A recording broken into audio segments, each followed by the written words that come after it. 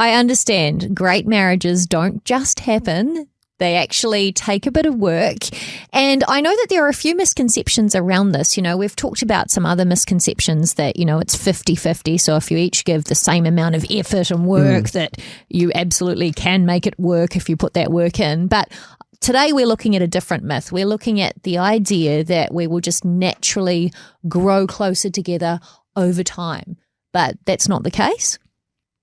Well, that's right. We would love for that to be the case, Kat. But, you know, I think in essence, when we fall in love, there's this natural tendency, things grow, things happen quite organically.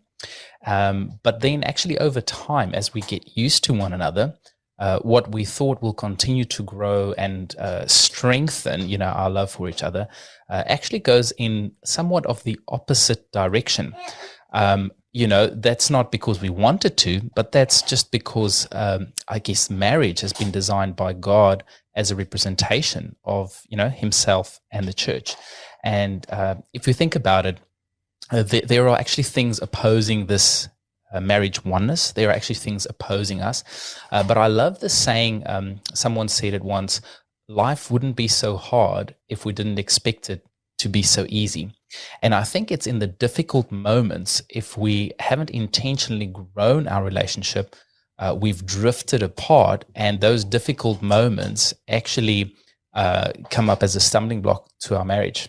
Just before we get to the next point around this, because I'd love to explore, you know, the examples around life wouldn't be so hard if we didn't expect it to be so easy. But one thing that comes to mind is the fact that you mentioned, you know, often when we fall in love with our spouse, there are things that are really different about our spouse that we're like, oh, I really love the fact that he's so into, you know, fishing, and that's something that I don't really care about, but I love his passion for it. And then you see sort of 15, 20 years down the track that all he wants to do on the weekends is go fishing, and you'd rather have him at home having a cup of tea with you. And so that thing that initially attracted you to that person has now sort of started to really grind your gears a bit. I mean, do you think that this is more common than not? Oh, look, absolutely. And the thing is, life happens, okay? Great marriages don't just happen, but life happens. And, you know, as you can see, you're being introduced to my real family life this morning, because Ray is away for a 3-day women's retreat. And so I get to be, you know, daddy daycare for a few days. And so I've got a wee Gabriella, which was supposed to be asleep by now, but for some reason that didn't manage. So she's joining us on air today. But, you know, that's the thing with marriages. When we realize there's going to be a juggle, there's going to be things that bring up challenges, and we're not, you know, surprised when that happens. We actually say, okay, how are we going to use these opportunities to move us closer together? Okay, so just a quick question for you, Kat or Tom. Let's go, Tom. Who does the dishes in your home? To be fair, more predominantly me, and me sort of trying to encourage the kids to perhaps take part. Okay. So let's go with you. So what would happen if you don't fulfill that duty for a few days? Well, look, I think it's for me, it's realizing that it's a big part of what I do in marriage is that a big part of my wife, her love language being acts of service. So I kind of think, well, you know, she's had an opportunity to be at home with the family, and this is the part that I play that allows her to be able to fulfill her role in the home. And it's, you know, it's an expression of love. I love it. I love it. That's the perfect team player, identity we want to take on. So that's contributing to a great relationship. But let's go, for example, if you didn't fulfill your role for a few days, what would happen? Well, the frustration would increase, wouldn't it? And I think in all of these situations, it would probably simmer under the surface. And then I wonder if it would become a little bit like the old analogy of the stone and the shoe. And then it becomes, you know, are you leading me towards that fact that these can become things that cause us to drift apart? Well, I love it that you're going deep today, Tom. But the simple answer I was looking for is you'll have a kitchen sink full of dirty dishes. Yes, Roger that. So, I mean, all those things you said are so true. You know, we need to play our role.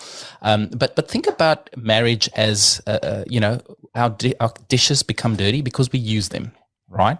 And we're not frustrated when our dishes are dirty. We just know that's something to do. It's clean the dishes. And it's probably similar in our marriage, you know.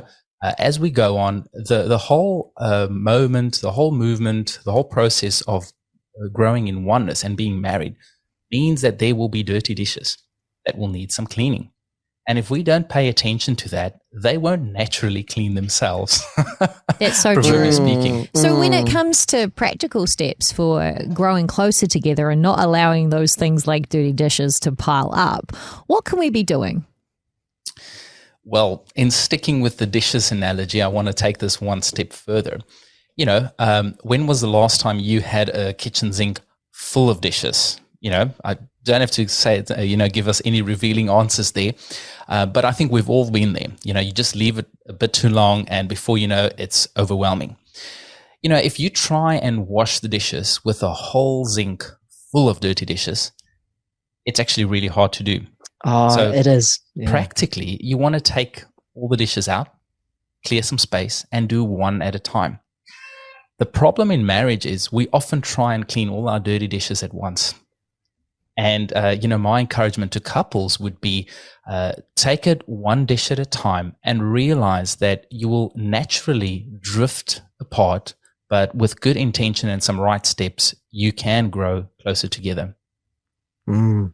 Well, you talked about me going deep, but what a place that comes to there, you know, the one dish at a time. Yeah. All right. So as we look at myths in marriage, and today looking at that we will naturally grow closer together, but talking about the work and the impact that has in our marriage and relationships. Thanks for joining us once again, Vaynant Jacobs from Family Life New Zealand. And look, if you would like to find out more and access the resources that Family Life has, head along to their website, familylife.nz.